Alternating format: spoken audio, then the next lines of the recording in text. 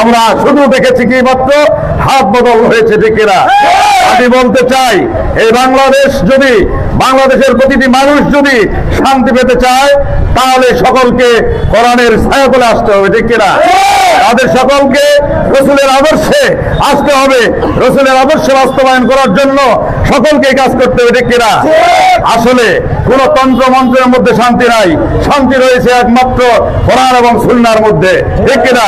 আমি বলতে চাই, বাংলাদেশের প্রতিটি মানুষের আজকে আকাঙ্ক্ষা, উদ্দীপনা, আজকে বাংলাদেশের মানুষ সোনার বাংলা দেখেছে, ডিজিটাল বাংলা দেখেছে, আর বিভিন্ন রকমের বাংলা দেখেছে, কিন্তু বাংলাদেশের মানুষ ইসলামের বাংলা দেখে নেই, ঠিক কিনা?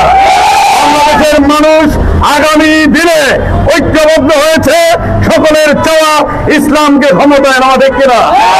বাংলাদেশের প্রায় ৯২% মুসলমান ঐক্যবদ্ধ হয়েছে, সকলেই ফ্যাসিস্ট মুক্ত বাংলাদেশ গড়েছে, দুর্নীতি মুক্ত, চাঁদা মুক্ত, সন্ত্রাস মুক্ত বাংলাদেশ গড়ার জন্য আজকে সমস্ত ইসলাম মানা সমস্ত দল আমরা ঐক্যবদ্ধ, ঠিক কিনা? আমরা আর পৃথক ভাবে গ্রুপিং করতে রাজি নই। আমরা সকলেই বাংলাদেশের নাগরিক, সকলেই আমরা ৯২% মুসলমান, সকলেই হিন্দু মুসলমান, সকলে ঐক্যবদ্ধ ভাবে আমরা ফ্যাসিস্ট মুক্ত দেশ করতে চাই, দুর্নীতি মুক্ত দেশ করতে চাই। বাংলাদেশকে দুর্নীতি মুক্ত, চাঁদা মুক্ত, সন্ত্রাস মুক্ত দেশ করার লক্ষ্যে চরমনাই বিশ্ব হুজুরের নেতৃত্বে সমস্ত ইসলামী দল আজকে এক হয়েছে।